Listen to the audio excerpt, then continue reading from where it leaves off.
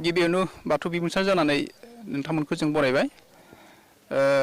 बे समावहाय बाथौ बिबुंसारा 27थि दुलाराय बाथौ महासभानि बे गलाघाटआव जानो गोनां दुलाराय बाथौ महासभानि जा सावरायमेल बे जायगायाव जों दंफैयो आरो बे जायगायाव फैनानै जों बे बानजाय आफादनि माखासे दैदेनगिरि बिथांमोननि जों बाथौ बिबुंसार जानानै मोनसे बाथ्रा लानो होननानै फैनाय जादों।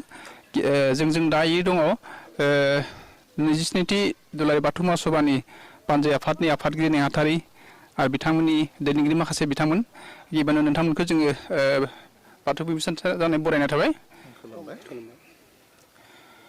27थि दुलाराय बाथौ महासभानि गलाघाटआव जानो गोनां बे मध्यपुर गोथार थानसालियावहाय नोंथांमोना दुलाराय बाथौ महासभानि बे मेलखौ खुंनो ओंखारदों। नोंथांमोननि रायजो राजानि आरो नोंथांमोननि बानजाय आफादनिफ्राय माबायदि प्रस्तुति जानो ओंखारदों? गिबियावनो आङो नोंथांमोननि बे खौरां बिजों बाथौ बिबुंसारनि गेजेरजों नोंथांमोननि दैदेनगिरि एबा दुलाराय बर' माहारिनिसिम जोङो बानजाय आफादनि जानानै गोजोन हामलायनाय एबा इंराजि गोदान बोसोर आरो फैगौ मागो दमासिनि गोजोन हामलायनायखौ बावहरग्रोनाय जाबाय। जोङो गलाघाट जिल्लानि बेन्दोङाव थानाय बे मध्यमपुर हालामनि नाम्बर बियाब बे गोथार बाथौ थानसालिनि लांगोनायाव दुलाराय बाथौ गौथुमनि 27थि बोसोरारि जथुम्माखौ जोङो खुंफुंनो लाहार फाहार खालामदों। जोङो बानजाय आफादनि जानानै जेसे हागौ जोङो सारा मुलुगावनो गोसारना थानाय जोंनि बाथौ सिबियारि बिथांमोनखौ जोङो बरायनो साखा फारा जानानै दंखायो। जोङो आसा फारिगोन जोङो जेसे हागौ जोङो मावनायनि गेजेरजों जोङो जोंनि आइ आफामोनखौ बेहाय जोङो जथुम्माथिलियाव बरायनानै लाबोनानै जोङो बिथांमोनखौ थानाय जाहोनाय एबा धोरोम सिबिनाय बेलायाव जोंनि बाथौ धोरोमखौ गोसारनाय फेहेरनाय एबा फाहामनाय बेलायाव जोङो मोनसे बिहोमा होनो हागोन। बेनि थाखाय जोङो दुलाराय बाथौ गौथुमनि जा 27थि बोसोरारि जथुम्मा बे बोसोरारि जथुम्माखौ जोंनि देहा मेलेम बा देहाजों जोङो जेसे हागौ जोङो हाजासे जोङो मावनो नाजादों जाहाथे जोंनि आइ आफामोना फैनानै जेयाव खुनु असुबिदा मोना। आरो बे बेलायाव जोंनि गलाघाट जिल्लायाव बेन्दोङाव थानाय जेसेबां जोंनि बर' माहारिनि आइ आफा एबा बाथौ सिबियारि आइ आफामोननो दङ आरो बेनि अनगायैबो जोंनि साखाथि फाखाथि थानाय जोंनि बिदा फंबाय गुबुन माहारिनि बिथांमोनाबो जोंखौ बेहाय जोबोद सहाय खालामदों आरो जों बिथांमोननि सहाय सहयोग एबा जोंनि बाथौ सिबियारि आइ आफामोननि मददजों हेफाजाबजों बिथांमोननि गोजोन सुबुरुनजों जोङो बे 27थि बोसोरारि जथुम्मा बे जथुम्माखौ जोङो मोजाङै खुंफुंनो हागोन होननानै जोङो आसा फारिदों। आरो नोंथांमोननि बे खौरां बिजोंनि गेजेरजों जों खावलायगोन जोङो जे आसामनि अनगायैबो गुबुन जायगानिफ्राय जायफोर आइ आफामोना बेयावहाय नुजाफैगोन बिथांमोनखौ जोङो खावलायनो लुबैगोन जे बिथांमोना जेबो गोसोआव माबा लाया सिन्था लायालासेनो जोङो लैहोर लैहोर फैनांगौ।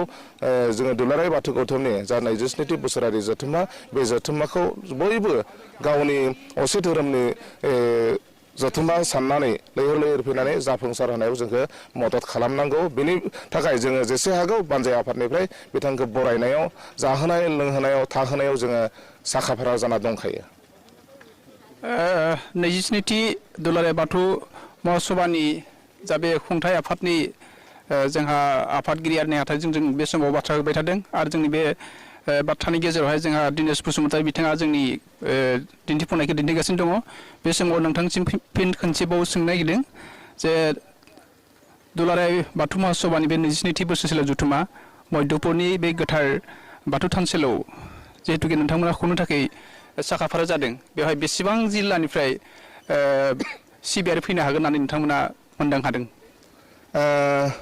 जोङो दुलाराय बाथौ गौथुमनि जा गागि आफाद आरो जिल्ला आफादनि गागि आफादनिफ्राय जोंखौ मोनथिनो होदों जे जोंनि आसामनि मादाव जोङो 27 जिल्लानिफ्राय जोंनि बाथौ सिबियारि आइ आफामोना थान्दै महरै इयाव नुजाफैगोन। आरो बिनि अनगायैबो जोंनि हादरसाजों नांजाबना थानाय सोनाब बंग'नि मोननै जिल्लानिफ्राय आरो अरुणाचल मेघालय आरो साखाथि फाखाथि थानाय बिदिनो गुबुन हादरसानिफ्राबो जोंनि बाथौ सिबियारि आइ आफामोना फैनानै बाहागो लाफैगोन। जों आसा खालामगोन जे जोंनि गुबुन हादर नेपाल हादरनिफ्राबो जोंनि बाथौ सिबियारि बेयाव जोङो मेरला दंसोगारो होननानै मोनथिनो मोनो। जोंहा खौरां बिजोंनि गेजेरजों बिथांमोनखौ खावलायहरदों जे नोंथांमोनाबो फैनानै जोंनि बै भारतनि सिङाव थानाय बे आसाम हादरसानि जोंनि बै गलाघाट जिल्लानि बेन्दोङाव थानाय मध्यमपुरनि जा नाम्बर बिया बाथौ थानसालि बेयाव जानो गोनां दुलाराय बाथौ गौथुमनि जानाय 27थि बोसोरारि जथुमा बेयाव नेपालनिफ्राबो फैनानै जोंनि बर' आइ आफामोना बाथौ सिबियारिमोना बेयाव बाहागो लाफैनो नांगौ होनना जों खावलायदोंमोन। बिथांमोना हयथ' नुजाफैगोन। जोङो खावलायनाय लेखायै बिथांमोना जोंखौ इनफरमेसन आगोलनो हरखादों। बिथांमोनाबो फैगोन आरो सोनाब बंग'नि माखासे गोबां जोंनि बाथौ सिबियारि थान्दै बिथांमोना बेयाव नुजाफैगोन आसामनि अनगायैबो। साबायखर थाबाय। बे समाव जों आफादगिरि दङ, आफादगिरिनिफ्राय फंसे बाथ्रा लानो नागिरदों। बर्तमान समाव 27थि बे दुलाराय बाथौ महासभानि बे बानजाय आफादनि नोंथाङा आफादगिरि बे हिसाबै धोरोम आफादनि सावराय जथुम बे हिसाबै जों बानजाय आफादनिफ्राय मोनसे बाथ्रा लुबैदों जे धोरोमारि मेल हिसाबै दा बर'फोरनि गेजेराव मोनसे बाथ्रा सिखांबाय थादों जे एक धर्म एक भाषा एक जाति। আপুনি কি ক'ব? ধন্যবাদ থাকিল। এই এক ধৰ্ম এক জাতি এই বিষয়ত আমি সকলোৱে একগোট হৈ এই 27তম বাৰ্ষিক অভিৱৰ্তনখন চলাই নিবলৈ আগবাঢ়িছোঁ।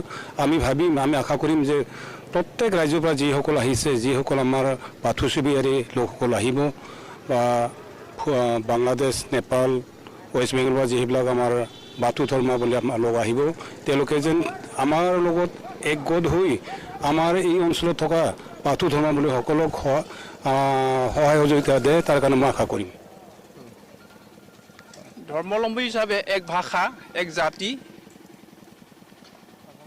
এক ধৰ্ম হোৱাটো ৰাইজে বিচাৰিছে। আপোনাৰ ক্ষেত্ৰত আপুনি কি কয়?